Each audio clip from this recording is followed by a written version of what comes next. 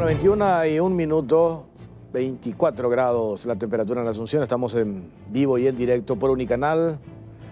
Esto es La Caja Negra. El caso Marcelo Pecci. Lo de la semana pasada, en las declaraciones en el marco del juicio que se le sigue a la señora Margaret Chacón, se había generado muchísimas expectativas en torno a lo que eventualmente podrían aportar dos testigos de la defensa de la señora Margaret Chacón, los hermanos Pérez Hoyos. Había mucha expectativa porque en nuestro país se especulaba de que una de las preguntas que le iba a realizar el fiscal, Mario Burgos, iba a girar en torno a los autores intelectuales de la muerte del fiscal Marcelo Pecci. Tal cosa no ocurrió. Eso lo había adelantado el abogado Luis Enríquez, el abogado de la señora Margaret Chacón, porque no venía al fondo de la cuestión, al caso en sí del desarrollo de esa audiencia, el juicio oral. Esta semana se publicó que hubo un exhorto por parte de la Fiscalía de nuestro país, porque acá en Paraguay, después de las declaraciones del testigo Francisco Luis Correa del 6 de octubre, en esas declaraciones invoca a los supuestos autores intelectuales, invoca dos nombres como testigo referencial, de manera no como testigo directo. Supuestamente escuchó hablar del expresidente Horacio Cartes y de Miguel Ángel Insfrán alias Tío Rico. Eso generó ¿qué cosa en nuestro país? Que la Fiscalía de nuestro país abra una investigación. Se designaron 6 fiscales. En el marco de esa investigación, a partir de la apertura de la causa acá en nuestro país, la Fiscalía hace un exhorto a la Fiscalía de Colombia y solicitan que estos hermanos Pérez Hoyos, hoy condenados a 25 años de cárcel por el asesinato de Marcelo Pecci, puedan declarar. En síntesis, le quieren preguntar si ellos pueden revelar a los nombres de los autores intelectuales del asesinato de Marcelo Pecci. En los medios de comunicación habría, como les decíamos, una pretensión y tiene que ver ya no con un afán de esclarecer o llegar a la verdad de quiénes fueron los verdaderos autores intelectuales de la muerte de Pecci, sino el hecho de que se haya invocado el nombre del expresidente del Paraguay, se ha aprovechado eso y se le suma a esta campaña de persecución política de la que es víctima el expresidente Horacio Cartes. Y ahí aparecen una serie de situaciones que, después de charlar ahora con un abogado colombiano de nombre Iván Cancino, abogado contratado por el expresidente Horacio Cartes, le vamos a preguntar qué diligencias van a llevar adelante en Colombia. Nosotros tenemos un par de informes que vamos a mostrar a los verdaderos enemigos de Marcelo Pecci. Y cuando hablamos de los enemigos de Marcelo Pecci, estamos hablando del narcotráfico. Cuando hablamos del narcotráfico, hicimos un recuento de los últimos casos o de los casos más emblemáticos que investigó el fiscal paraguayo. Y aparecen nombres de personas conocidas. Pero antes de ese informe, vamos ya a hablar, porque me dicen que está ya conectado vía Zoom, el abogado Iván Cancino.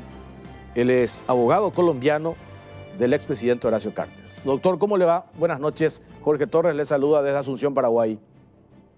Bueno, un cordial saludo, Jorge, para ti, para toda la gran audiencia de tu programa. Es un placer estar hablando con ustedes y un saludo a todo el pueblo paraguayo.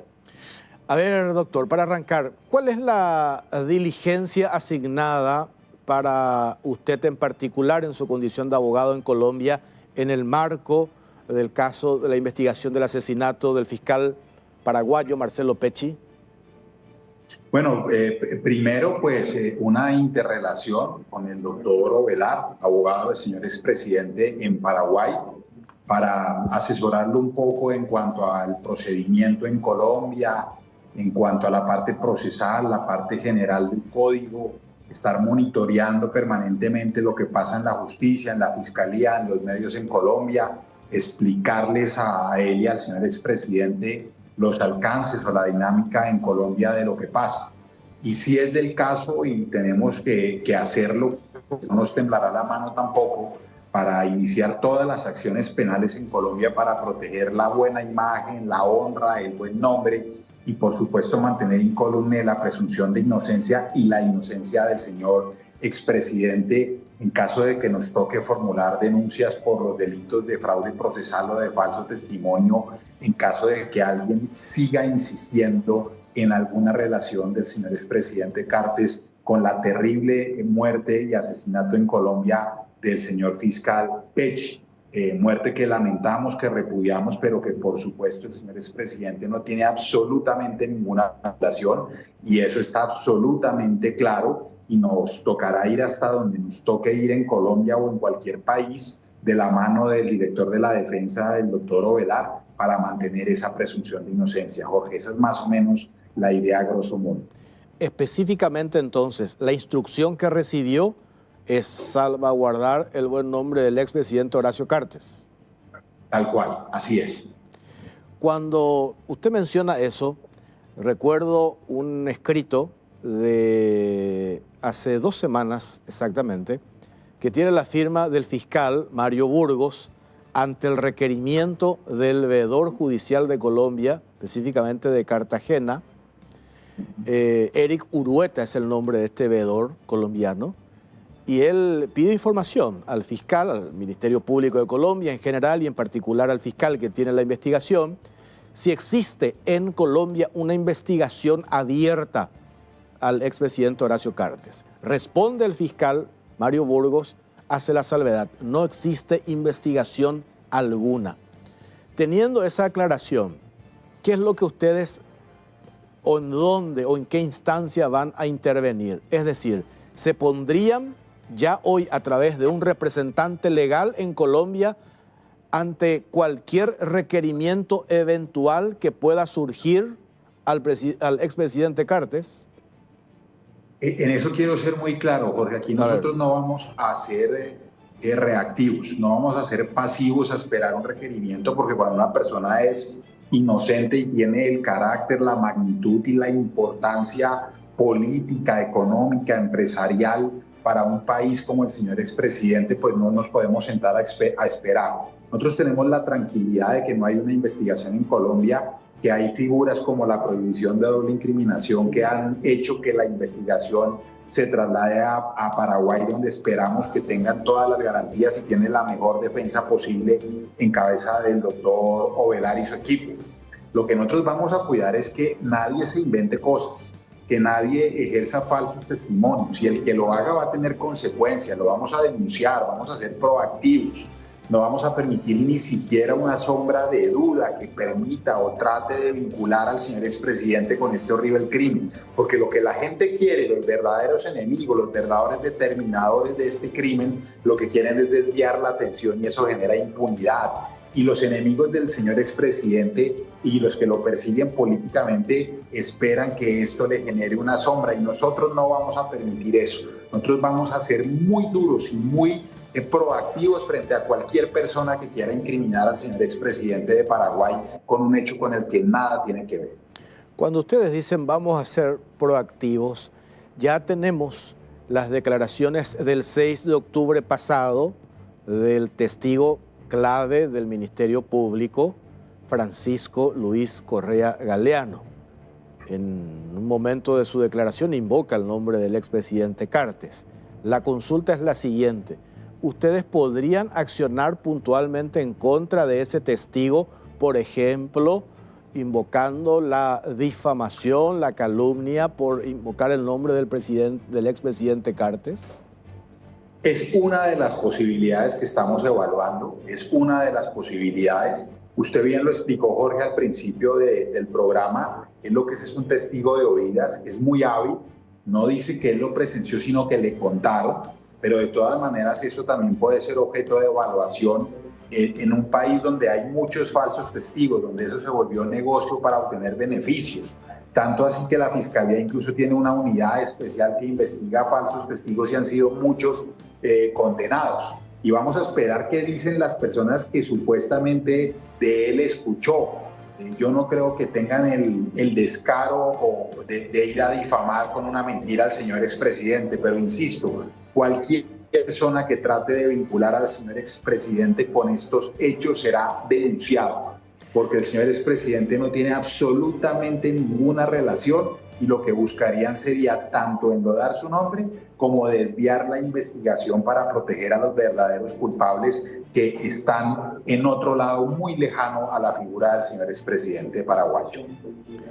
Doctor Iván Cancino, a juzgar por sus declaraciones, me parece que usted, supongo yo que por algo recurrieron a usted, tiene clara la película cuando dice: acá hay una abierta pretensión de desviar la atención. ¿Y quiénes quieren desviar la atención? Después vamos a mostrar nosotros un informe de los enemigos del fiscal Marcelo Pecci. En una parte usted recién dijo los enemigos políticos del señor Horacio Cartes. ¿A quién se refiere en particular?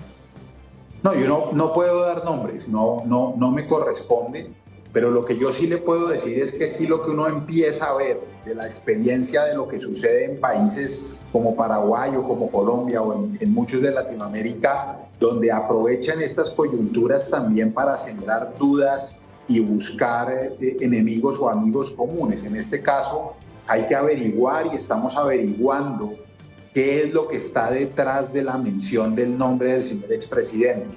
Y es ahí donde yo le digo que vamos a ser proactivos. Este nombre alguien lo puso ahí con alguna intención negra, con alguna intención de desviar la investigación, con alguna intención de perjudicar personas, de perjudicar a la familia Pecci para que no sepan la verdad y de paso hacerle daño a la buena imagen y a la presunción de inocencia del señor expresidente Cartes. Y eso no lo vamos a permitir ni en Colombia ni en Paraguay con la guía del señor doctor Pedro Vela. ¿Hay algunas diferencias entre Colombia y Paraguay en lo que respecta al derecho o al código procesal penal? Le pregunto lo siguiente, a partir de su experiencia, acá nosotros no tenemos la delación premiada o esos beneficios que tienen los testigos. Ser testigos en Colombia, en general, y en este caso en particular, el caso Marcelo Pecci, ¿se volvió un negocio para tener beneficios? Bueno, mire, en Colombia sí se volvió, así como hay muchas personas que han colaborado para desarticular muchas organizaciones y para aclarar muchos delitos, también se volvió un negocio. Tanto así que le digo, Colombia es de los pocos países donde tiene una unidad especial de investigación de falsos testigos y se han condenado a personas que han mentido para obtener beneficios. Entonces, como Colombia tiene esa delación premiada, para que ustedes lo entiendan, pues muchas personas creen que pueden inculpar a personas para reducir su pena o eliminarla y no va a pasar nada. Pero en este caso sí vamos a poner un freno donde no van a poder avanzar y cualquier insinuación, le digo otra vez, Jorge, que pretenda seguir desviando la investigación hacia el lado que no es y perjudicar con intereses que todavía estamos mirando bien lo que persiguen antes de hacer señalamientos directos, pero que estamos muy cerca de hacerlo, pues obviamente que no lo vamos a permitir. Y esa fue la labor que a mí se me encomendó, estar muy pendiente y hacer las propuestas para demandar, denunciar, querellar a las personas que traten de afectar el buen nombre del señor expresidente Cartes frente a la investigación del homicidio que repudiamos y rechazamos del señor fiscal Marcelo Pecci. ¿Qué otras acciones van a solicitar ante los órganos jurisdiccionales de su país, doctor? Por ahora las que le manifesté, estamos a la espera, conocimos el documento que se le respondió al señor veedor, sin embargo, pues ahorita Colombia en febrero va a tener un cambio de fiscal general, puede incluso que los fiscales que conocen la causa del señor Marcelo Pecci puedan cambiar, así que hay que hacer un monitoreo durante estos meses y los siguientes al cambio de fiscalía para estar absolutamente seguros de que van a respetar ese fuero en Paraguay para la investigación del señor expresidente, que no van a tener ningún beneficio a una persona que miente para que perjudique al señor expresidente. Así que vuelvo y le repito, es un monitoreo, una asesoría, pero también muy listos a atacar por vías penales a quienes ataquen el buen nombre del señor expresidente Cartes.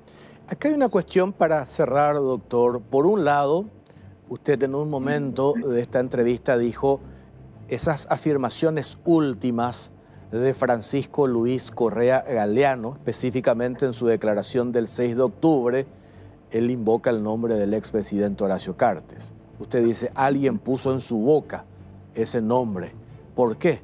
Porque haciendo una cronología, una revisión cronológica de los hechos, a partir de su primera declaración, la del 7 de junio del año pasado, no aparece en ningún lado el nombre del expresidente Cartes, y es más, aparece una pregunta del fiscal puntualmente si él sabía a quién se refería cuando los hermanos Pérez Hoyos deciden contratarlo a él, y se habló de los autores intelectuales.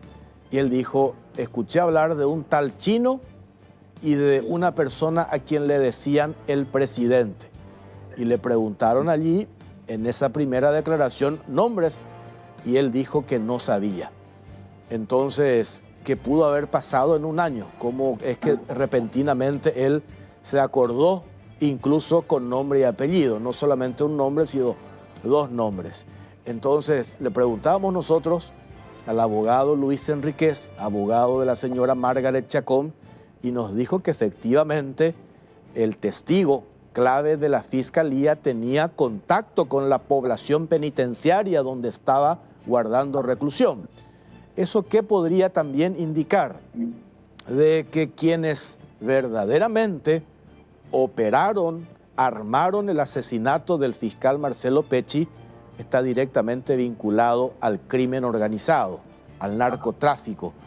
Y los hermanos Pérez Hoyos, acá, ante el requerimiento ahora de la Fiscalía de Paraguay, ¿qué garantías existen de que las mismas personas que tuvieron eventualmente acceso a Correa para introducir esos nombres como supuestos autores intelectuales no hagan lo mismo con los hermanos Pérez Hoyos? Claro, esa pregunta y conclusión es muy importante. Desafortunadamente en Colombia también en los centros carcelarios hay esa mezcla, ese acceso a muchos medios de información, a redes, a muchos temas, y cuando puede haber movimientos de dinero también es muy fácil poder comprar declaraciones e insertar nombres. Afortunadamente el derecho tiene una regla muy clara, y es que las primeras declaraciones son las más importantes, y usted lo ha manifestado. Aquí a todas luces se ve que ese nombre alguien lo puso con alguna intención. Vamos a averiguar quién, y contra esa persona vamos a proceder. Y lo mismo las demás personas que ya han tenido investigación, que han podido dar algunas declaraciones, que han tenido el tiempo, pues no pueden ahora válidamente o con credibilidad mencionar el nombre del señor expresidente así como así. Tendrán que hacerlo con circunstancias de tiempo, modo y lugar que no tienen porque no ocurrió. Entonces será muy fácil descubrir en la mentira a quien quiera mentir. Y el que quiera mentir tiene una consecuencia, que no solo será procesado por este delito del homicidio del fiscal Pecci, sino que también tendrá que responder frente a los delitos posibles de falso testimonio, fraude procesal, que no tendremos ningún temor en denunciarlos y llevarlos también a la cárcel por tratar de vincular al señor expresidente con hechos en los que absolutamente nada tiene que ver. Más allá de la diligencia que sabemos realizó la Fiscalía de acá, de Paraguay, en el marco de la investigación, ¿ustedes allá van a solicitar una testimonial de los hermanos Pérez Hoyos? No, señor, no lo tenemos previsto, digamos, de manera formal. Podemos estar ahorita dialogando con el equipo jurídico, el señor expresidente, a ver si vale la pena recibir alguna declaración informal. Eso está, digamos, siendo objeto de revisión, pero no lo hemos decidido todavía. También queremos esperar a ver qué pasa con el exhorto, qué decisiones se toman y tomar las decisiones con mucha prudencia también para que el camino sea muy claro y muy recto en favor nuestro. Después de revisar este caso en particular, usted como profesional, abogado, se ratifica en que efectivamente el expresidente Cartes no tiene absolutamente nada que ver en esta historia, eso lo dijo en varias oportunidades. Y lo otro es que alguien que tiene un interés efectivamente de desviar la atención para que no se llegue a los verdaderos autores intelectuales de la muerte del fiscal Marcelo Pecci, se encargaron de instalar eso en la última versión del testigo clave de la Fiscalía, Correa Galeano. Por supuesto, señor expresidente no tiene nada que ver, es el más interesado en que la familia Pecci tenga justicia, en que se condenen a las personas que tuvieron cualquier participación. Es un hombre creyente en las instituciones, respetuoso de las instituciones, absolutamente alejado de cualquier hecho parecido o relacionado con esto, y vamos a llegar hasta las últimas consecuencias. Vamos a seguir protegiendo su presunción de inocencia y estamos seguros de que los enemigos que tiene están tratando de hacerle daño, pero no van a poder, y si insisten, todo el peso de la ley lo vamos a ejercer contra ellos en Colombia y en Paraguay. ¿Existe una confianza por parte de ustedes hacia la labor del Ministerio Público de Colombia? Por supuesto, en cuanto a que no va a poder vincular o que no va a tratar de implicar o favorecer las mentiras contra el expresidente, hasta ahora no tenemos ningún elemento que nos permita dudar de esa situación, pero obviamente estaremos monitoreando el tema.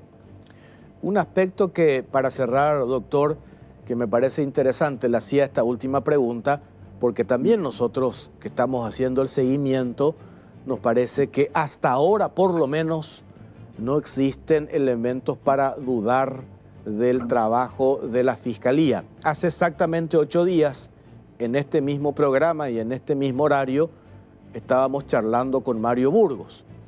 Y él nos dice algo que me parece importante puntualizar.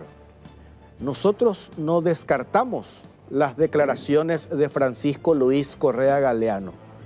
Las recogemos y todas las afirmaciones de este testigo, las que hemos corroborado, rescatamos y forman parte del proceso.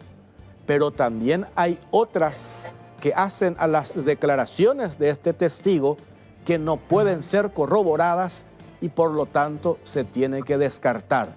Eso nos da pie a señalar o a interpretar de que ellos también, por lo menos hasta ahora, van a ser cuidadosos en ese sentido.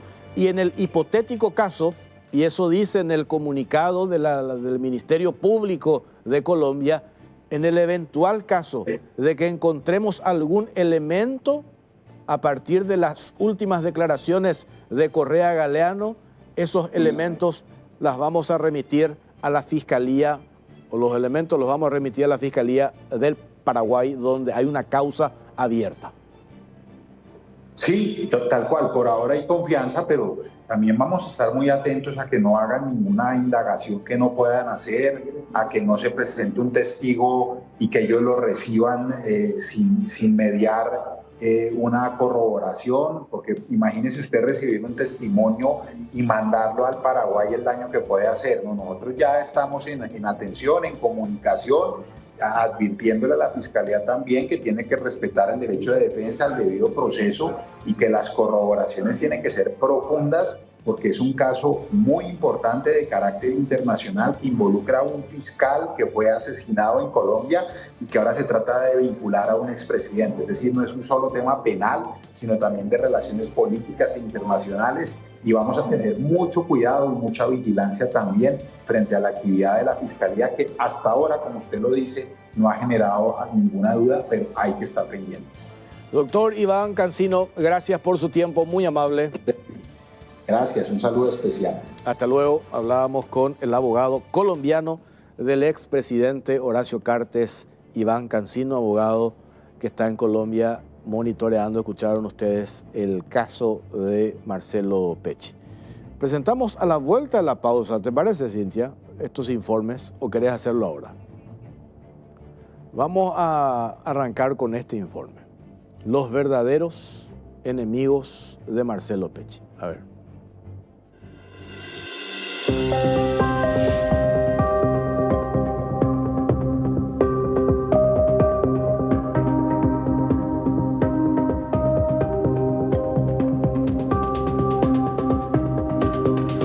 Los verdaderos enemigos de Marcelo Pecci.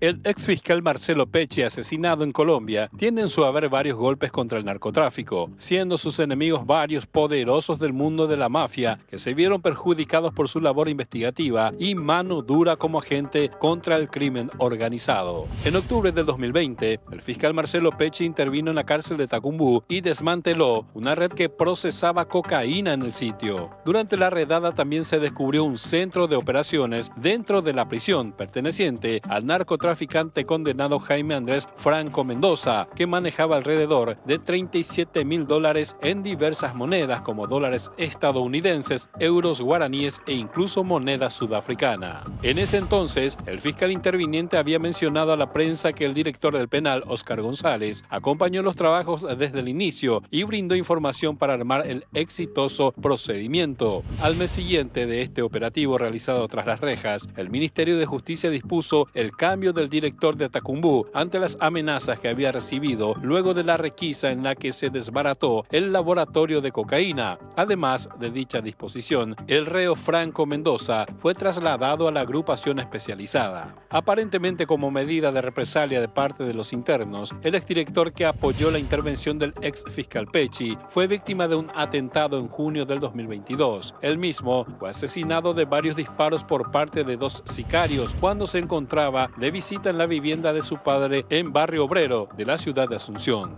Por otro lado, el 10 de mayo del 2022, la BBC publicó un artículo en el cual recordaba que Pecci, de 45 años de edad, era fiscal especializado contra el crimen organizado, narcotráfico, lavado de dinero y financiamiento del terrorismo. Tuvo a su cargo grandes procesos, entre ellos algunos con condenas importantes que incluían incluso a extranjeros en el país. Justamente días después de esa publicación, el Ministerio Público realizó allanamientos en las celdas de un colombiano, un paraguayo ligado al primer comando de la capital PCC del Brasil y otro compatriota de origen libanés, todos recluidos en la agrupación especializada de la Policía Nacional. Igualmente, intervinieron celdas de presos peligrosos en la penitenciaría de Tacumbú y la cárcel de Emboscada. Una de las celdas allanadas ocupaba el paraguayo de origen libanés Qasem Hijazi, que tenía orden de extradición a Estados Unidos por lavado y que había sido detenido en el 2021 por el fiscal fallecido. En la otra celda inspeccionada estaba el paraguayo miembro del PCC Waldemar Pereira, alias Cachorrao, acusado por Pecci con relación al asesinato del periodista Leo Veras, mientras que otra celda visitada correspondía al colombiano Marcelo Raymond Díaz Vélez, quien fue condenado a más de 10 años de prisión en una causa que llevó adelante el fiscal paraguayo. De acuerdo con una publicación de Infobae, este criminal fue capturado en Paraguay en el 2019 bajo la identidad de John Wilson Díaz Vélez, con 457 kilos de cocaína boliviana. Este narco colombiano fue uno de los capos de la droga que a lo largo de sus años como fiscal, Pecci hizo caer.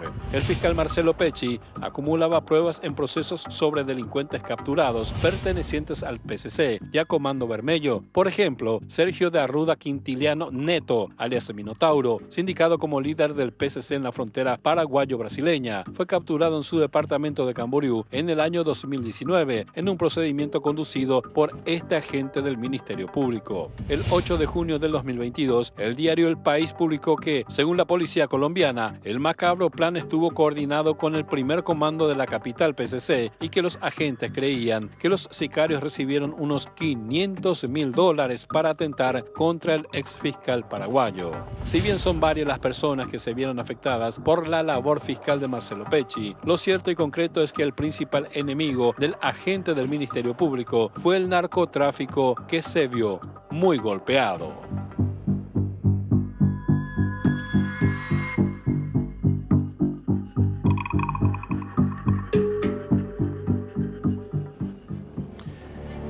Y el otro caso, además de esto que acabamos de ver, los enemigos de Pecci, tenemos otro informe, el caso Pecci, conexión con Pavão. Marcelo Pecci fue el que logró la condena de Jarvis Jiménez Pavão y en el gobierno del expresidente Horacio Cartes, recuerdan ustedes que fue un escándalo que le costó el cargo a una ministra de Justicia cuando se descubrieron las famosas celdas VIP y después se dispuso la extradición de Pavão al Brasil. Veamos el informe.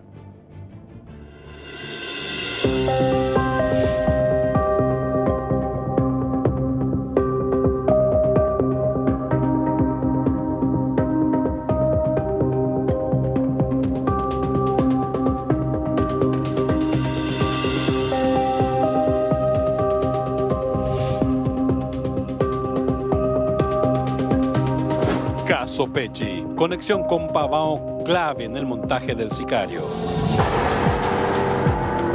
La figura del narco brasileño Jarvis Jiménez Pavão sería clave en el montaje que pretende instalar el sicario del ex fiscal Marcelo Pecci, Francisco Luis Correa, quien llamativamente redireccionó su puntería en la revelación de los presuntos autores intelectuales del atentado perpetrado en mayo del 2022 en la isla turística colombiana Barú. Francisco Luis Correa, considerado como el cerebro del crimen del ex fiscal Marcelo Pecci, había declarado inicialmente que la orden provino del líder del clan Insfrán, Miguel Ángel Insfrán, alias Tío Rico, y el uruguayo Sebastián Marcet, vinculados al esquema narco que quedó al descubierto con el mega operativo A Ultranza Paraguay. Sin embargo, a un año de ese hecho, ajustó su versión sobre quiénes habrían sido los mandantes del hecho.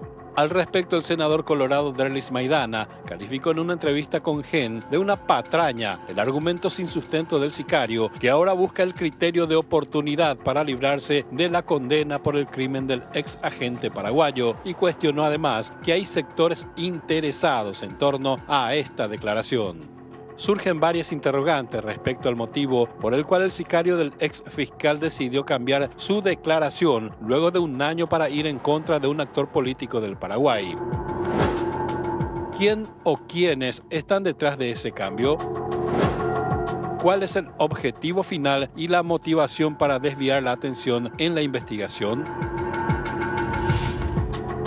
Un aspecto importante dado a conocer por el abogado de la familia Pecci en Colombia, Francisco Bernate, es que el sicario Francisco Correa está recluido en una cárcel de Cartagena, donde tiene contacto con autoridades penitenciarias y además con otros presos, lo cual da argumentos suficientes a la versión de que él mismo tendría relacionamiento con otros narcotraficantes. Su repentino cambio en la versión dada a las autoridades colombianas genera suspicacia y dudas sobre el trasfondo real en el caso que investiga el crimen del fiscal Pecci. Lo cierto y concreto es que, según los datos obtenidos que están a la vista, el fiscal Pecci no tenía en sus carpetas investigativas al expresidente Horacio Cartes ni a nadie de su entorno. Además, se suma que el exmandatario tuvo un fuerte combate contra el narcotráfico durante su gestión. Fueron varios los criminales de la mafia que se vieron muy afectados por las medidas que fue aplicado en su mandato. Uno de ellos fue el poderoso narcotraficante Jarvis Jiménez Pavão. Hay que recordar que mediante el operativo Capricornio, Jarvis Jiménez Pavão fue detenido en Paraguay con fines de extradición el 27 de diciembre del 2009. El entonces fiscal antidrogas Francisco de Vargas, quien luego fue ministro del Interior de Cartes, tuvo una alta participación en esta captura. Cuando eso, el narcotraficante brasileño fue imputado por lavado de dinero, asociación criminal y violación de la ley de armas, y fue remitido a Tacumbú por el entonces juez penal de garantías Pedro Darío Portillo. En enero del 2010, Portillo hizo lugar al primer pedido de extradición de Brasil. En febrero del 2015, el juez penal de garantías Rubén Ayala Brun aprobó el segundo pedido hecho por el vecino país. En mayo del 2014, el entonces fiscal Marcelo Pecci logró la condena del capo mafioso, quien recibió 8 años de pena privativa de libertad por lavado de dinero, asociación criminal y violación de la ley de armas. En julio del 2016, Pavão fue enviado a la agrupación especializada de la policía por orden de Cartes, ya que el reo estaba supuestamente involucrado en el intento de explosionar dinamita en el interior de Tacumbú para propiciar una fuga de internos. Esta medida permitió saber que el condenado gozaba de los lujos de una celda VIP en la prisión, por lo que con su traslado perdió su suite totalmente equipada. En diciembre del 2017, durante la presidencia de Cartes se materializó su extradición al Brasil, luego de haber compurgado su condena, pese a los desesperados intentos de evitar su salida del Paraguay. Su extradición no fue nada de su agrado, por lo que Cartes se ganó aún más su enemistad. En julio del 2022, el entonces candidato a presidente de la ANR dio a conocer que fue amenazado con atentados criminales. El aviso provino del propio gobierno, siendo portavoz el exministro del Interior Federico González, quien lo visitó en su residencia para contarle que existían datos concretos sobre un eventual magnicidio que podría sufrir tras recibir información de inteligencia. Un documento de la propia Senad expuso que el ataque vendría de Jarvis Jiménez Pavao en represalia por su extradición. Con estos datos cobra fuerza la idea de que el aparente punto común de Cartes y Pecci sería la investigación, condena y extradición de Pavao en nuestro país, lo cual habría hecho reaccionar a las mafias que operan en el narcotráfico y realizaron el contraataque.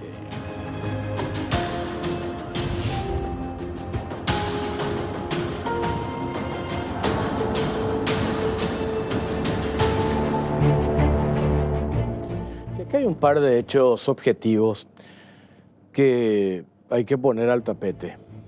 Por un lado, después de esta cortina de humo, porque al meter al expresidente Horacio Cartes se ha politizado el caso Pecci.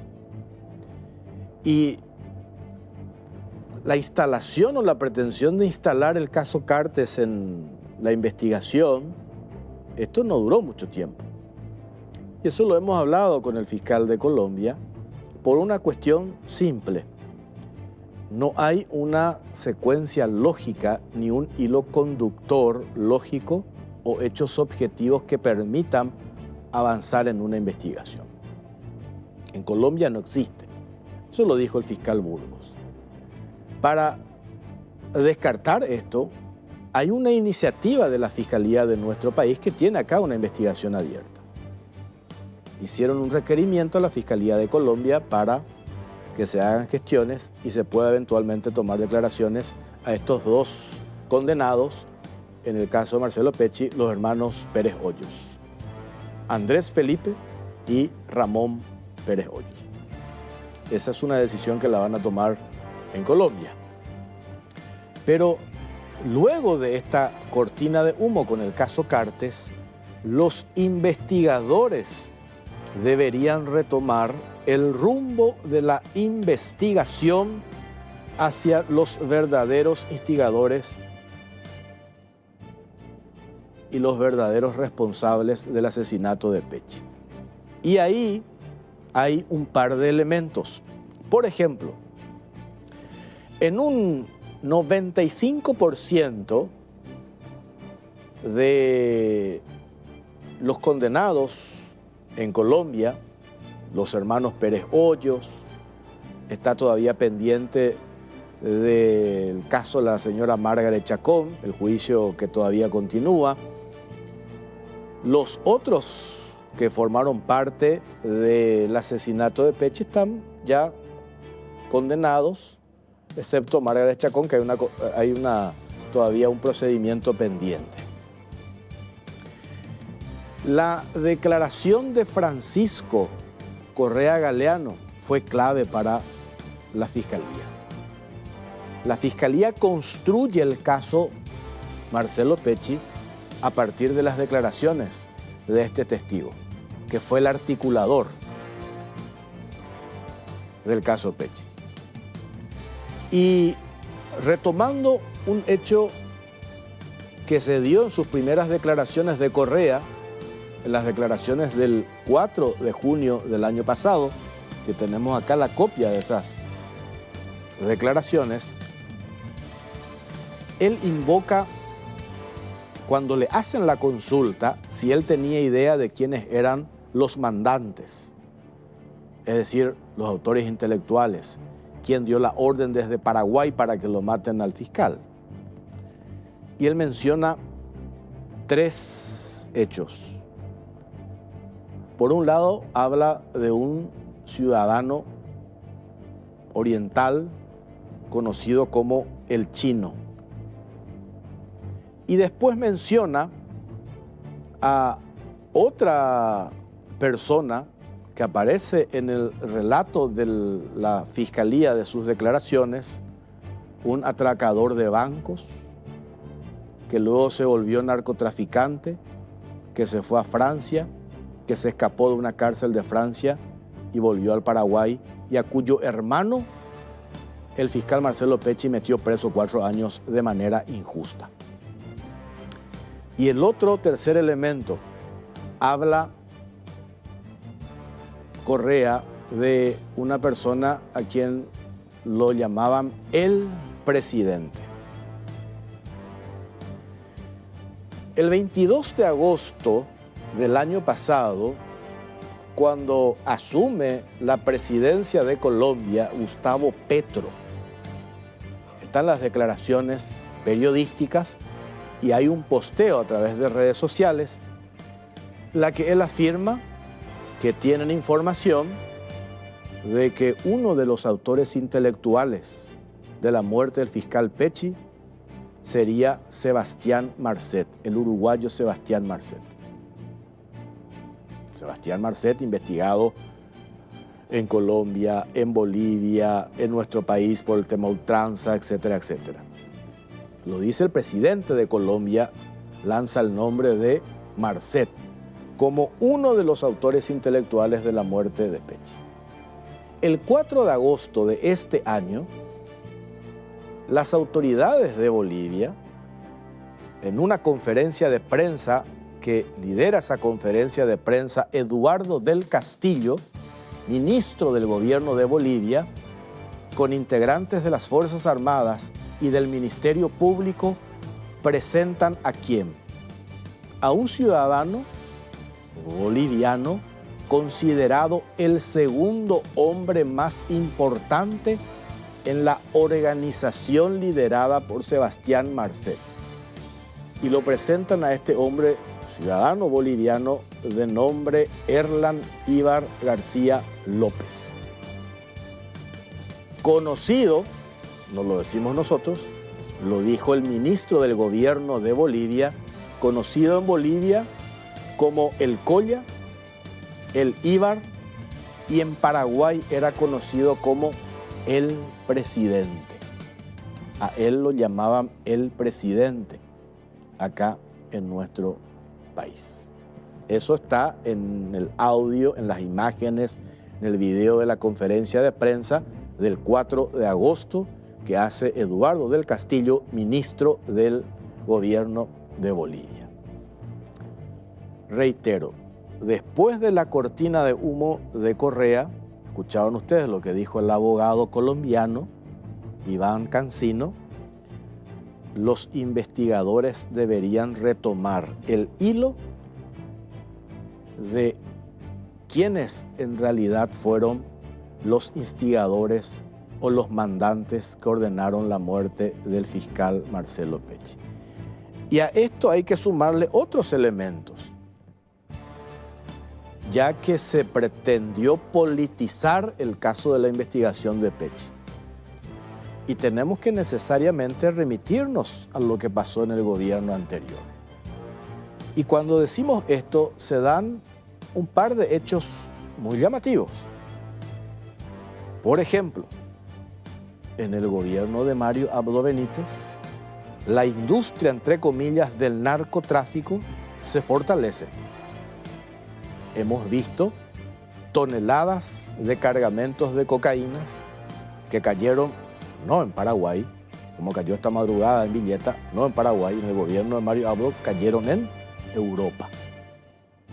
Y a partir de una investigación que hizo el actual ministro del Interior, Enrique Riera, una estimación de cuánto dinero movió la industria del narcotráfico en los últimos 5 años, principalmente en el gobierno de Mario Abdo Benítez, estamos hablando de 25.000 millones de dólares. Y ahí aparecen otros hechos llamativos. La liberación de los controles que anteriormente tenía la SENAT en los puertos privados. ¿Quién decide levantar esos controles?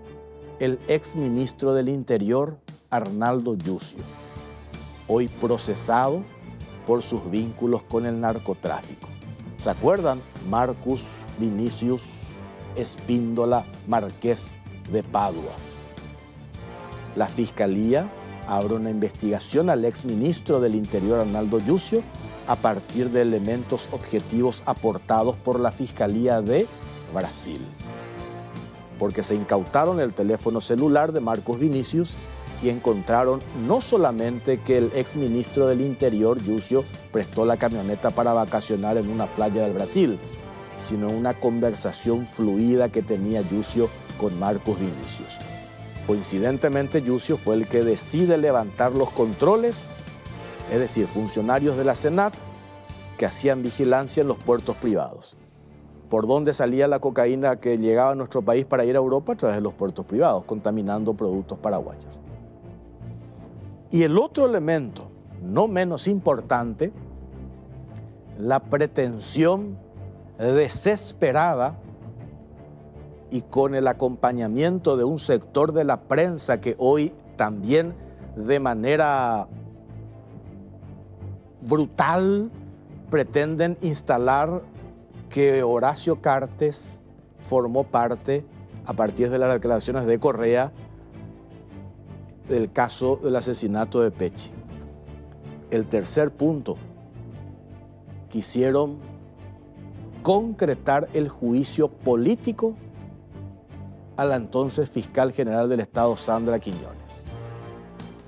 Públicamente, uno de los pocos fiscales que sentó una posición y a través de sus redes sociales defendió la gestión de Sandra Quiñones fue Marcelo Pechi. Podríamos entender que la intención de sacarle a Sandra Quiñones era también separarlo y sacarle a Marcelo Pechi. Hay razones para pretender sostener esta hipótesis. Por estos hechos que acabamos de mencionar, tres nada más. ¿Quiénes?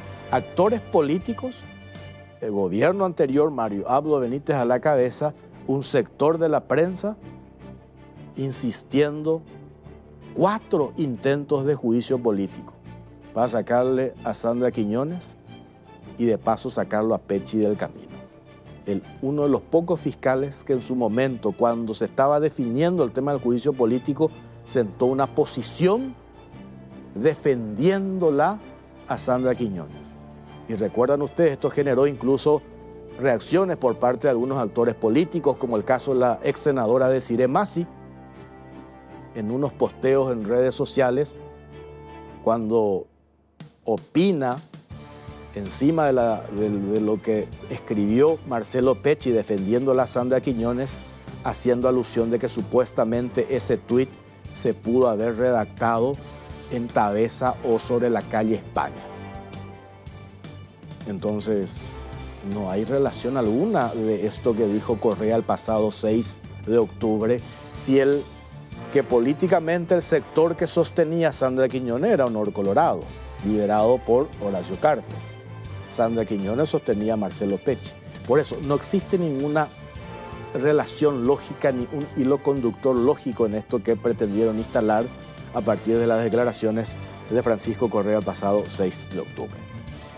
La Fiscalía en Colombia, en nuestro país, tiene que retomar después de la cortina de humo el hilo de la investigación para conocer verdaderamente quiénes fueron los autores intelectuales de la muerte del fiscal Marcelo Pechi.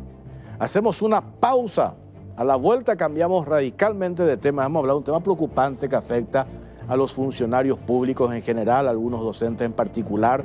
Hablan ellos de un esquema de estafa que perjudica a los trabajadores públicos. Pausa, ya venimos. Y como anunciamos, presentamos este informe.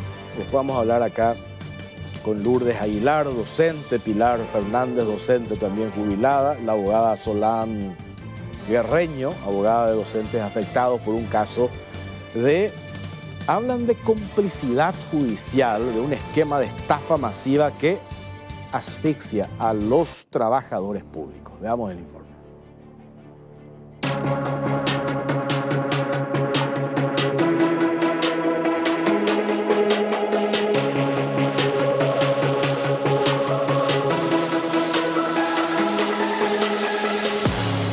Complicidad judicial. Esquema de estafa masiva asfixia a trabajadores públicos.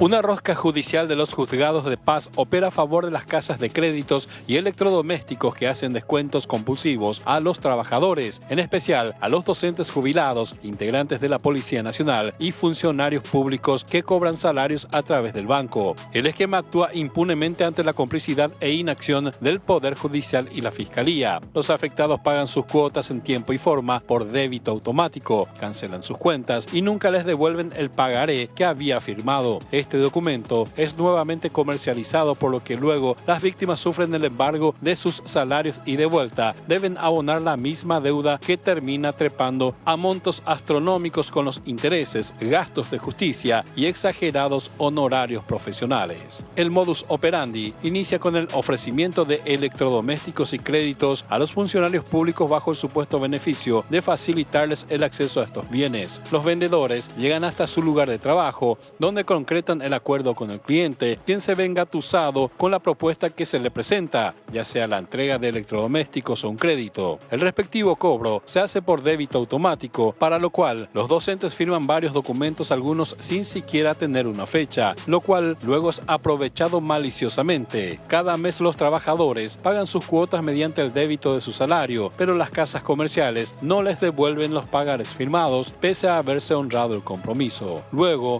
con este mismo documento, después de supuestamente haberse vendido, los nuevos acreedores recurren a la justicia, la cual se presta a la estafa al dar lugar al embargo de los salarios. Una de las afectadas es la docente jubilada Pilar Fernández Ortega. La misma fue víctima de este esquema en múltiples ocasiones por varias deudas saldadas. En solo una deuda de 8 millones de guaraníes fue demandada en 3 oportunidades, pese a que pagaba mes a mes. En la última demanda terminó abonando más de 21 millones de guaraníes, sumando el interés moratorio, punitorio y las demás tasas judiciales. La afectada llegó a explicar al juez que estaba pagando por tercera vez una misma deuda, a raíz de que le colocaban la fecha de vencimiento en el pagaré con lápiz de papel y lo iban cambiando conforme a la presentación de la nueva demanda, por lo que rogó que se intime a la casa crediticia a devolver el documento. Si bien el juzgado solicitó que le sea devuelto el pagaré en el año 2020, hasta la fecha no se cumple con esta disposición. Como muestra de la terrible irregularidad, en una deuda del 2012 de Pilar Fernández, los acreedores presentaron al juzgado de paz solo una parte del documento que había firmado en el pasado, consistente en la copia del pagaré con fecha del año 2018, no así la factura que demostraba que había transcurrido el plazo de 4 años para el juicio ejecutivo y ya había prescripto, por lo que necesariamente se debía recurrir a un juicio ordinario para reclamar el dinero supuestamente adeudado.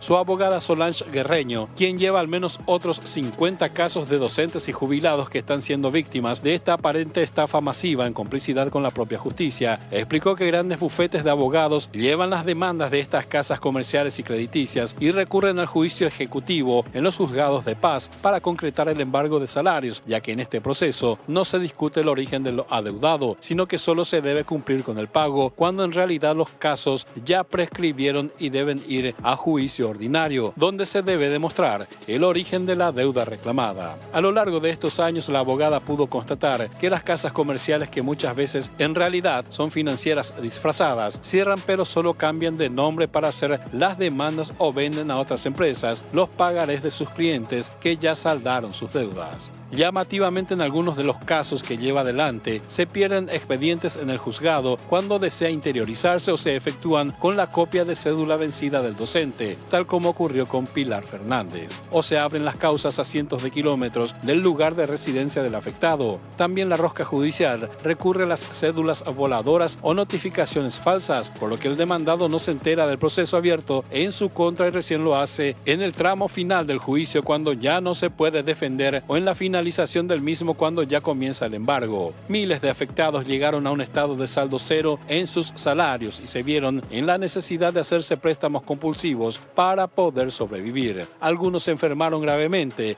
y al no aguantar más la situación, terminaron inclusive sacándose la vida. Mientras, los juzgados de paz, que están completamente olvidados por la Corte Suprema de Justicia, al ser de poca importancia, se prestan de manera cómplice a la jugada de estas empresas y los bufetes de abogados. La Fiscalía no actúa ante las denuncias hechas por las estafas que sufren los docentes. Pilar Fernández denunció su caso ante el Ministerio Público, pero no obtuvo respuesta alguna. Así como ella, otros más denunciaron sin tener éxito. Ante la indefensión en la que se encuentran sus clientes, muchos de ellos de muy escasos recursos, la abogada Guerreño viene planteando la convocatoria de acreedores para que se verifiquen los créditos otorgados, de modo a que se eliminen aquellos que presentan irregularidades y se cumplan solo los que son legales. De 43 que presentó, solo 7 fueron admitidas tras mucha presión. En estos procesos se insiste en realizar un inventario de bienes e inmuebles de los docentes, cuando por ley son inembargables. La inspección que pretende realizar el síndico de quiebras cuesta 400.000 guaraníes en cada caso, pero muchos docentes no poseen los recursos para solventar, por lo que la abogada planteó la exoneración del trabajo. Sin embargo, el juzgado no aprobó su petición, lo cual impide avanzar en las convocatorias. Frente a la tremenda desidia, inoperancia y complicidad que existe, la abogada recurrirá a la Corte Suprema de Justicia para que de una vez por todas atienda los múltiples reclamos que existen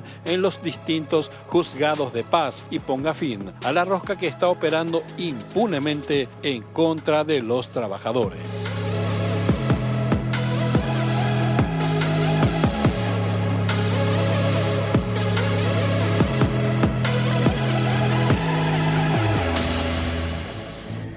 Pilar Fernández, ¿qué tal?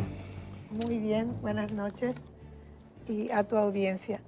Yo soy una de las estafadas y víctimas de las casas comerciales, ¿verdad? Esto no es nuevo, me acuerdo ya hace rato, nunca se pudo, nunca se pudo controlar esto. Por eso nosotros hablábamos, cuando accedimos a toda la documentación, hablamos de una complicidad judicial, mencionábamos también que hay bufete de abogados involucrados y también un esquema ya muy bien montado y diseñado, que hasta ahora nadie pudo romper ese esquema. ¿Y quiénes son los afectados ustedes? Nosotros. Y hay docentes que podemos, por la gracia de Dios, defendernos nosotros, pero hay docentes del interior que no pueden defenderse los prójimos, inclusive ya hay víctimas. Y muchas veces hay docentes que hacemos maravillas con mi colega Lourdes y otros grupos, inclusive como le dicen la famosa donación que damos los compañeros para mantener. Ahora mismo hay varias compañeras internadas, inclusive con saldo cero. No tienen ni un guaraní. Entonces, ¿qué pasa? Los docentes, como todos, somos solidarios y procuramos ayudar. Pero ¿qué pasa? Esto enferma. Lo mío enferma. Porque yo he pagado 3 veces. Está la casa, esta ficticia San José Muebles, por ejemplo. Yo he pagado en hora y tiempo. Me he ido a buscar mi pagaré. Me dijeron en San Lorenzo, fui a buscar a San Lorenzo. Me dijeron en Itagua, fui a buscar a Itagua. Me fui a buscar pueblo por pueblo y no se encuentra. San José Muebles es una casa ficticia. Y ese es mi pagaré. Hacen calecita con mi pagaré en varias casas comerciales otra vez, ¿verdad? Y es un dolor tremendo que uno causa porque afecta a mi salud, afecta a mi familia y no solo a mí, sino a medio docente del Paraguay.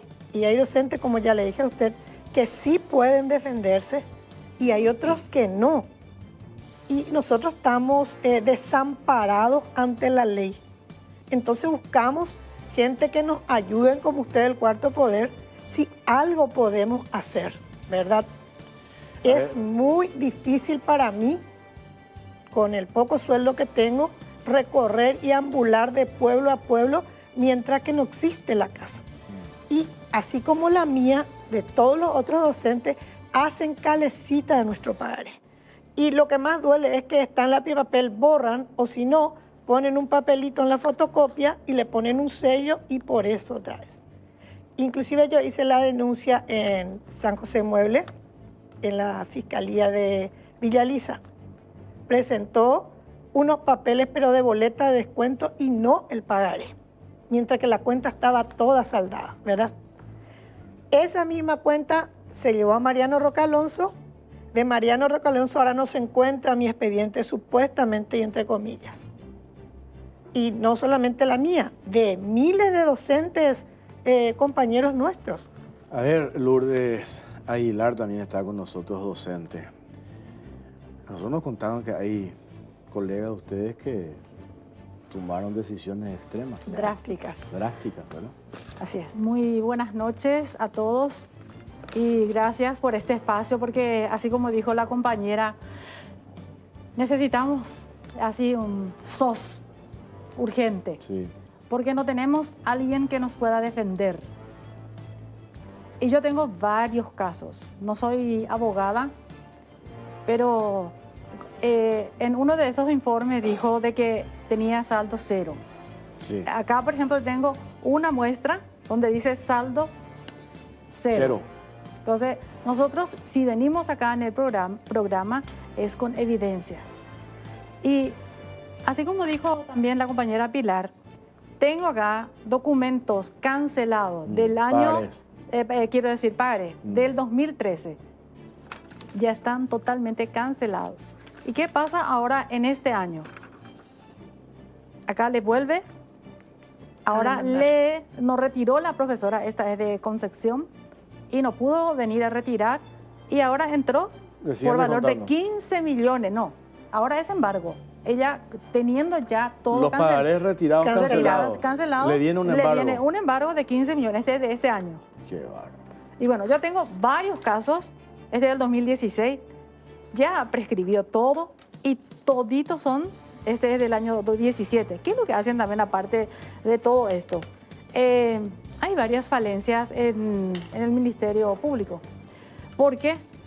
¿Por qué motivo? Porque uno, yo puedo decir que solamente el 90% de los UJERs notifican y al resto no. Y ellos siempre ponen que se van, se constituyen al lugar y que no está nadie o que dejó a una compañera. Es famoso esas, ¿cómo se llama? Notificaciones voladoras. Sí. Y ellos pagan, ellos luego cobran, teniendo ellos sus sueldos o sus salarios, ellos cobran nuevamente en la parte de liquidación cuando se embarga el salario. Entonces, uno de los problemas fundamental y principal que se tiene que rever es a los UJERs que hacen un informe a propósito de adrede, le vamos a decir, ¿verdad? Para poder cobrar. Yo una vez le hablé al muchacho, le conocí por primera vez a uno de los muchachos, a un UJER que supuestamente 3 veces me llevó. Y era en época de pandemia donde las escuelas, todos los colegios estaban cerrados y que me llevó en febrero la notificación en la escuela donde yo estaba prestando servicio. Luego, 24 de diciembre a las 12 van a estar trabajando. Y le conocí cuando ya conocimos ya mi caso, porque yo no sabía. Bueno, ese es uno de los puntos fundamentales. La notificación, porque si a mí me llega una notificación, señor, ¿qué es lo que voy a hacer? Lo primero, voy a ir a llegar a esa casa comercial, allá a llegar a un acuerdo, claro. Pero acá no llega, entonces llega nomás ya el embargo. Y te dicen los profes, ¿puedes sacar mi constancia? Porque no sé, me falta 1 millón, me falta 1.500.000. Entonces, ¿qué es lo que le hacemos? Y yo no sé esa casa. Entonces, no saben ellos quiénes son. Es como le dejas tu bolsillo abierto y mete nomás ya sus manos en tu bolsillo y te dejan. A ver, está Solange Guerreño, ella es abogada de docentes afectados. ¿Qué tal, doctora? ¿Cómo le va? Buenas noches. ¿Qué tal, Jorge? ¿Cómo te va? Buenas noches y buenas noches a la audiencia. A ver, doctora, acá. Estos casos acá con documentos puntuales, concretos, docentes que llegaron a medidas drásticas, por Dios, ¿cómo se hace para quebrar, para romper este esquema? Yo no quiero entender que estas señoras están en una total y absoluta indefensión, solas, desamparadas, doctora. ¿Cómo se explica esto? Bueno, tenemos un alto nivel de corrupción a nivel institucional y no solamente en el Poder Judicial. Yo estoy hablando, cuando hablo de la corrupción en contra de estos docentes, estoy hablando del Ministerio Público, del Poder Judicial, del Banco Nacional de Fomento, del Ministerio de Hacienda, la Dirección de Jubilaciones. Empezando por el Poder Judicial. Cuando se presenta una demanda, ellos no presentan un documento original, empezando por ahí.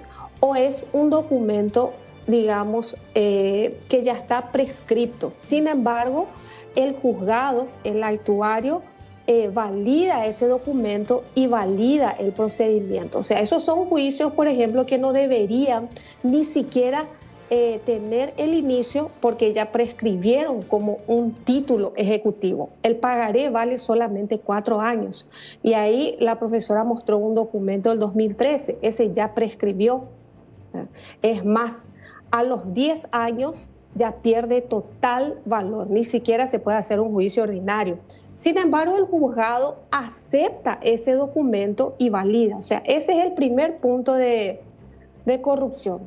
Algunos, así como dijo la profesora Pilar, tienen posibilidades, contratan un abogado o se van por sí solos al Ministerio Público, hacen la denuncia correspondiente y el Ministerio Público no mueve un solo dedo, no hace una sola investigación. Nosotros tenemos varias denuncias hechas y los expedientes están durmiendo en el Ministerio Público.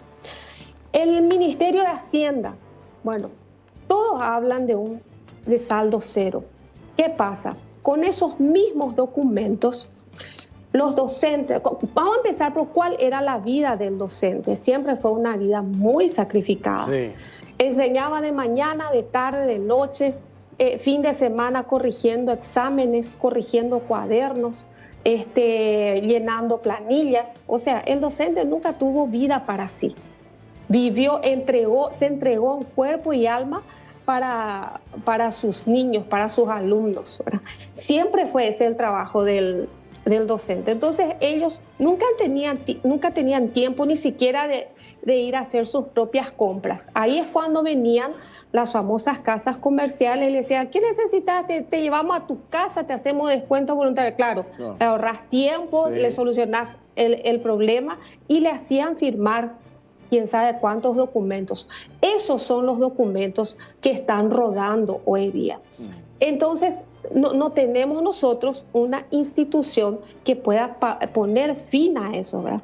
Y con esos documentos se van al Ministerio de Hacienda para hacer los descuentos que se le puede denominar descuentos voluntarios, porque eso no son embargos.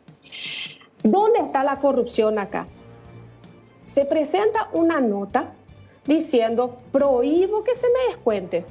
Si es que hay una casa que quiere reclamar o que tiene algún documento que tiene derecho para hacer un reclamo, pues que haga una demanda. Se hace una nota, se presenta, se pide el bloqueo de ese descuento, el ministerio te bloquea un mes. Al mes siguiente le vuelve a descontar la misma cuenta. Bueno, sí. Pasa eso, después tenemos el otro filtro que es el Banco Nacional de Fomento. Si es que el ministerio bloqueó y a través del ministerio ya no se descuenta más nada por vía ministerial, se va al Banco Nacional de Fomento y el banco descuenta también el salario. Por eso que el docente llega a fin de mes cero. Y muchos de ellos con saldo cero. Claro. Encima de eso vienen las demandas judiciales, que ese sí es un descuento legal, un descuento que viene por embargo judicial, ¿verdad? Bueno, nosotros hemos buscado una manera de tratar de solucionar, de ver qué podemos hacer para que esta rueda que está circulando termine, ¿verdad? Y materialmente es imposible para un estudio jurídico atender a toda esa cantidad de gente que está en esta situación. ¿Por qué? Porque cada docente tiene un promedio de 3 a 5 demandas. ¿Tenemos el cómo número, hacen? doctora, tenemos el número de cuántos docentes están en esta situación aproximadamente? Mira, yo atiendo nada más que a 50 personas porque no me da mi capacidad y tengo un estudio jurídico donde tengo 5 personas conmigo. Ahora bien, le conozco por referencia a la profesora Lourdes porque nunca he tenido el placer de conocer y de conversar con ella, y sé que ella maneja un grupo de más o menos, estamos hablando de 600, 700 personas. Y hay otras personas que también que ayudan, porque ellos se ayudan entre ellos, ¿verdad? Sí. Lamentablemente no tienen ellos, muchos de ellos no tienen una asesoría de un profesional, y sobre todo un profesional que tenga honestidad como para poder decir, bueno, te vamos a ayudar, te va a costar tanto, pero te voy a solucionar, ¿verdad? Muchos. A ver, doctora, esperamos un ratito porque tengo que hacer una pausa, tengo que cumplir, estoy con la premura del tiempo. Hacemos una pausa, seguimos hablando. Sí. Esto da para varios programas, ¿verdad? Porque acá hay varias instituciones, como dice la doctora Guerreño, varias instituciones involucradas y que tienen que nosotros, si le hacemos seguimiento, hay que pedirle explicaciones, ¿verdad? Acá podemos estar estamos, no que podemos, ante un esquema que viene operando desde hace rato, perfectamente diseñado. Como dice la doctora, es una bola que viene girando, Sí. una rueda que viene girando, que en algún momento hay que detener. ¿Y quién piensan ustedes? Nadie. Pero vamos a hacer una pausa cortita. Pausa, ya venimos. Bueno, a ver, 10.000 docentes jubiladas Sí, aproximadamente. aproximadamente. Sí. ¿Están docentes en actividad que están en la misma situación? En la misma o Este peor. es un tema, doctora, para cerrar nomás, porque tenemos poco tiempo, doctora Guerreño, Bueno, que le entonces, no. tendría que tener interés el Ministerio de Educación. ¿Por qué? ¿Cuál es la motivación que va a tener el docente para ir a enseñar cuando tiene. estás acá con el tema, Agotado. por estos problemas de embargo, etcétera, etcétera? Y no es que no querés pagar tu cuenta. No, No, es son que no quiero cuentas pagar tu cuenta. saldadas. Estamos demostrando con hechos. Doctora, documento. ¿cuál es la sugerencia para cortar esto? Bueno, empezamos nosotros con un esquema de trabajo, ¿verdad? ¿Qué es lo que nosotros hicimos? Dijimos, bueno, vamos a llamar a una convocatoria de acreedores, porque el juicio de convocatoria de acreedores es un juicio de buena fe, donde el deudor dice, gente, debo dinero y en este momento no puedo pagar porque no tengo, o sea, estoy en estado de iliquidez, no es que está en quiebra. Si no paga, entonces se le decreta la quiebra. Y el juicio de convocatoria de acreedores tiene fuero de atracción, o sea que si se inicia ese juicio, todos los expedientes que están esparcidos por los juzgados de paz tienen que venir a la convocatoria de acreedores, y ahí se discute si corresponde o si no corresponde, ¿verdad? Porque un profesional no va a tener la capacidad para ir a revisar todos los juzgados de paz. Imagínate que hay un docente que está en Encarnación, se le demanda en Mariano Roque Alonso. Otro está en Concepción, se le demanda en Benjamín Aceval. O sea, la distancia es gigantesca. Por eso la rueda de la corrupción es muy grande. Entonces, la única manera es que esos juicios se concentren en un solo lugar. Y la herramienta legal para eso es la convocatoria de acreedores. Nosotros iniciamos el proceso y ¿qué pasa? Nos topetamos otra vez dentro del Poder Judicial con los jueces corruptos y con una sindicatura de quiebra que en vez de ayudar o colaborar en este proceso solamente te pone trabas, porque mientras vos no le pagues coima, ¿verdad? El proceso no sigue. Esa es nuestra triste realidad. Qué fuerte. ¿Verdad? Doctora, Sí. vamos a hacer el seguimiento a esto. Lastimosamente no tengo más tiempo. Vamos a hacer el seguimiento de terror, esto que estás relatando, que estás contando. Gracias, Tengo abogada. documentos y sí. me gustaría seguir conversando con ustedes y sobre Vamos a todo mostrar lo que tenemos. Sí, gracias, doctora. Muy amable. Muchas gracias. Muchísimas gracias por el tiempo y por el espacio. Gracias. Yo no sé cómo... Entiendo esto de... Acá me escriben también. Deben haber casos concretos reales, ¿verdad? Pero esto que contaste, Pilar, profesora, que vos te fuiste a buscarle a la empresa. Recorriste no sé cuántas ciudades. varios pueblos. 5 años no cobraste tu salario. Muchísimo Cero. tiempo. Cero. Te bloquean tu tarjeta Bloquean la tarjeta Ahora bloquean. del Banco Nacional de Sí, Fomento. El banco bloquea la tarjeta de los Pues compañeros. yo digo, docentes jubiladas, por supuesto, imagínate tantos años de trabajo, estás jubilada, no puedes cobrar por este esquema montado. Pero los docentes afectados, docentes activos, ¿con qué motivación te vaya a enseñar? Y no Cuando vos quieren. sabés que te vino un embargo. Y por ni sabes de dónde. No sabes ni de dónde. cómo. Hablas con tu familia, querés pagar, no sabes cómo tenés que hacer, te van a sacar lo que no tenés. No vas a tener motivación para ir a enseñar. ¿Cómo?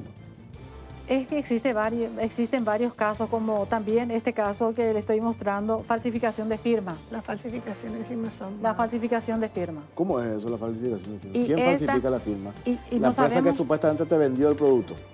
Y nosotros lo retiramos ¿Cómo de sabes un que- juzgado. cómo Y sabes la que- dueña, No con es la mi- dueña. No es mi firma. Dice. Y dice, no es mi firma.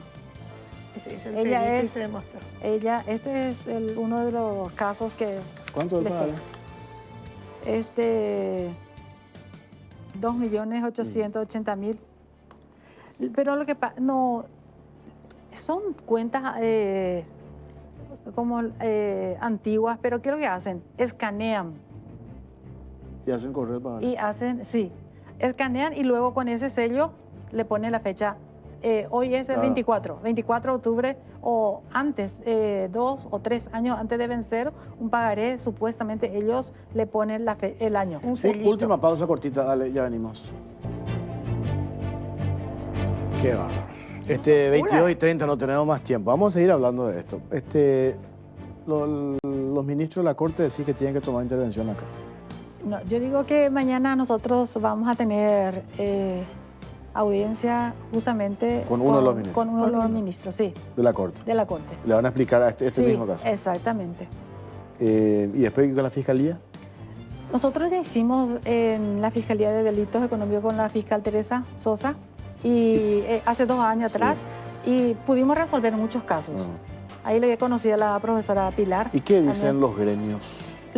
Nosotros no tenemos gremios Nosotros, los porque jubilados, no solamente los activos son los que tienen gremios. Nosotros estamos tratando de fortalecer un poco también porque nos estamos reuniendo para Bueno. O tener sea esa que en fuerza para poder síntesis el pilar. jubilado docente del Paraguay está desamparado. Ante la Vamos a seguir justicia. hablando, Pilar, profesora. Gracias por Gracias, su no, tiempo. gracias Ya a no ustedes tenemos por más el tiempo. espacio. Gracias por acompañarnos. Chao, chao. Gracias.